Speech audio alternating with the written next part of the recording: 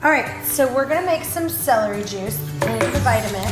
First thing I'm gonna do is I need a little bit of water at the bottom. I'm actually gonna put 1 cup of water at the bottom, so before I make it. And I took an entire celery hearts thing, but you have to chop it up into bite-sized pieces around this size, and then you can keep adding it in there to make this celery juice. So I'm gonna go ahead and grab this.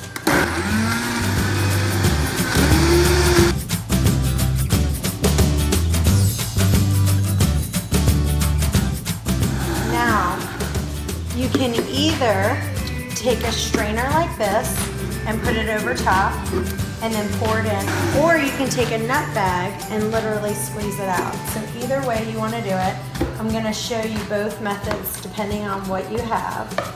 So if you use it this way, all you do is pour it in, and then what you'll do is you'll just take a spoon, or you can take your hand, it doesn't matter which, and so that pulp all goes through, and then you're just left with that juice.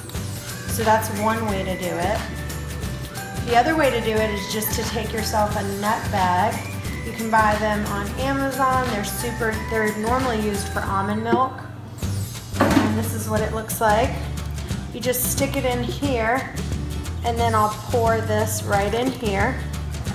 And then you just kind of squeeze this nut bag just like you would kind of, almost like you're milking your celery juice. That's what I'm doing right now. I'm milking my celery juice. And look at this. And then you just keep doing it. I'll show you exactly how much it makes so you can kind of see. If I put it in a tall glass,